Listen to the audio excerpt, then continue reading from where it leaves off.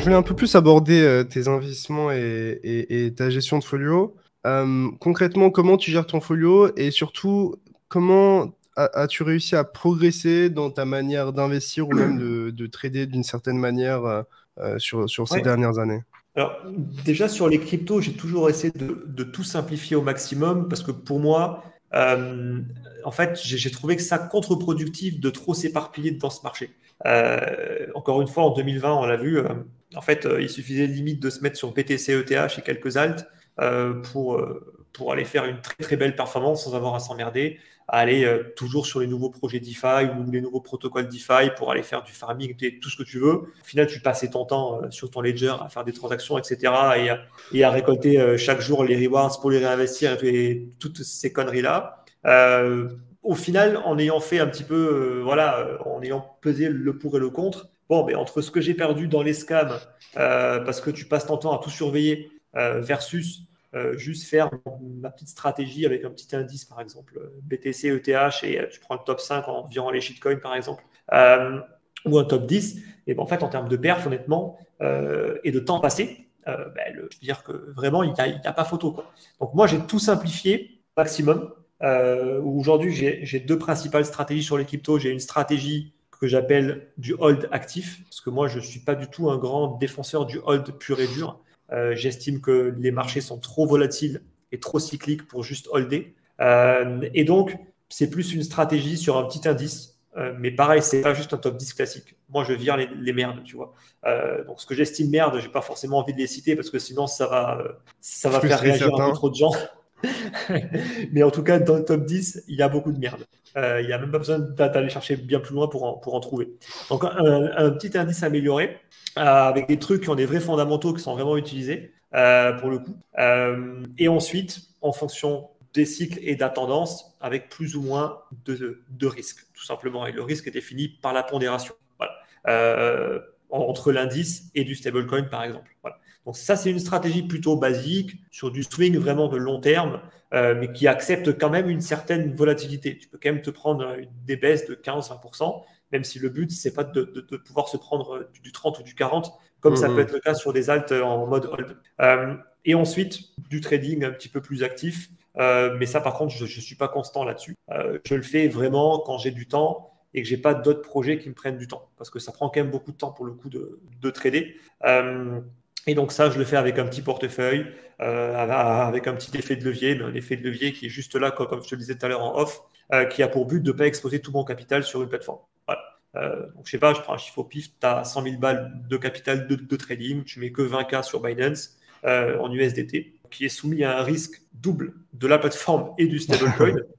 Tu prends un levier 5, honnêtement, tu es très confortable là-dessus si tu sais correctement gérer tes risques. Et les 80 000 balles restants, tu les places. Moi, je les place sur autre chose que la crypto, par exemple. Tu les fous sur une obligation ou une connerie qui te rémunère à 4 ou 5% par an. Et au moins, tu sais que là, voilà, tu sais ton risque, il est de 20%. Au maximum du possible, même si tout se casse la gueule dans l'écosystème.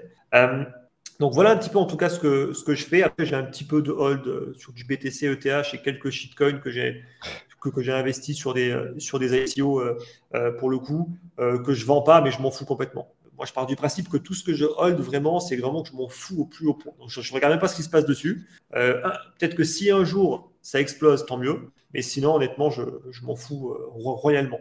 Mais par contre, j'ai que du BTC ETH en hold vraiment sur du long terme. Mais ça, c'est plus du symbolique, franchement. Ça veut dire que le plus gros du capital, il est soit géré avec la stratégie que je t'ai dit au début, soit plus sur du trading un petit peu plus actif pour le coup. C'est ça qui compose le plus gros de l'investissement dans les crypto-monnaies, qui aujourd'hui est à peu près, ça varie, hein, mais entre 10 et 15% de mon patrimoine global. À Donc savoir c'est que tout petit maintenant. Ouais. j'ai commencé à 100%.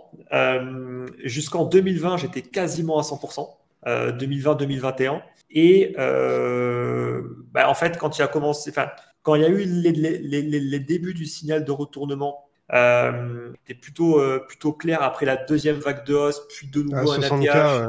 Ouais. Là, ça commençait quand même à sentir un peu mauvais. Et puis en plus, tu avais les conneries à la Terra Luna, il y a la Celsius qui commençait à arriver, en tout cas notamment sur Celsius où je commençais à être un peu fébrile au niveau de la CeFi. Donc je me suis dit, vas-y, à un moment, j'étais hyper exposé. Hein. J'en avais partout sur Celsius, sur FTX, sur tous les trucs qui te généraient du rendement, sur Nexo, sur tous ces trucs-là. Et dès qu'il y a eu Terra Luna, j'ai vraiment tout coupé. J'ai tout sorti.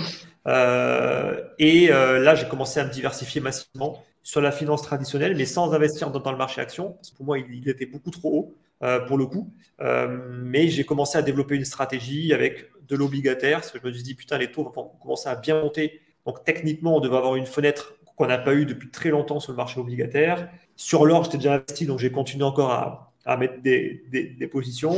Donc en gros, j'ai un portefeuille de type, on va dire, plutôt bon père de famille. Là le but, c'est d'avoir un portefeuille qui va vraiment croître dans le temps, plutôt pépère, avec une partie action ETF, il y a un peu de stock picking pour m'amuser, du gold, entre 10 et 20%, pas non plus trop, ça sert à rien, de l'obligataire, pour le coup, et c'est à peu près tout, en tout cas, sur ce portefeuille-là. Voilà. Et ensuite, de l'immobilier. De l'immobilier pour le coup. Pareil, j'ai acheté une résidence principale parce que je me suis dit c'est bien joli de louer, mais arrivé à un moment, j'en ai ras le cul d'enrichir des propriétaires. Donc pour le coup, j'ai le capital. Donc autant m'en servir de nouveau pour cash out et pour acheter un bien qui, lui, je sais, va pas disparaître demain. Et ça, c'est une assurance. Voilà. Moi, je me dis que demain, je me fais rincer de tous les côtés. Mais au final, je m'en fous parce que j'ai pas de dette. Et pour le coup, voilà, j'ai toujours un toit et j'ai vraiment d'autres types d'actifs. Qu'est-ce que j'ai fait d'autre? Donc l'immobilier, pareil, j'ai pas mal de projets en cours, mais j'attends que les taux soient au plafond pour le coup, pour voir un petit peu comment l'économie va réagir. Et à partir de l'année prochaine, je me dis qu'on commence à être pas trop mal pour investir. Je me suis diversifié pareil dans le vin, j'ai commencé à acheter une cave. Pareil pour placer. De nouveau, moi, je vois les cryptos comme du rendement, ce qui va générer le plus de rendement. Et ensuite, pour moi, c'est systématiquement, dès que j'ai un excès de plus-value, on déverse ailleurs, sur des actifs qui sont beaucoup moins risqués. Et tant que les cryptos nous permettent de dégager une rentabilité intéressante, je continuerai.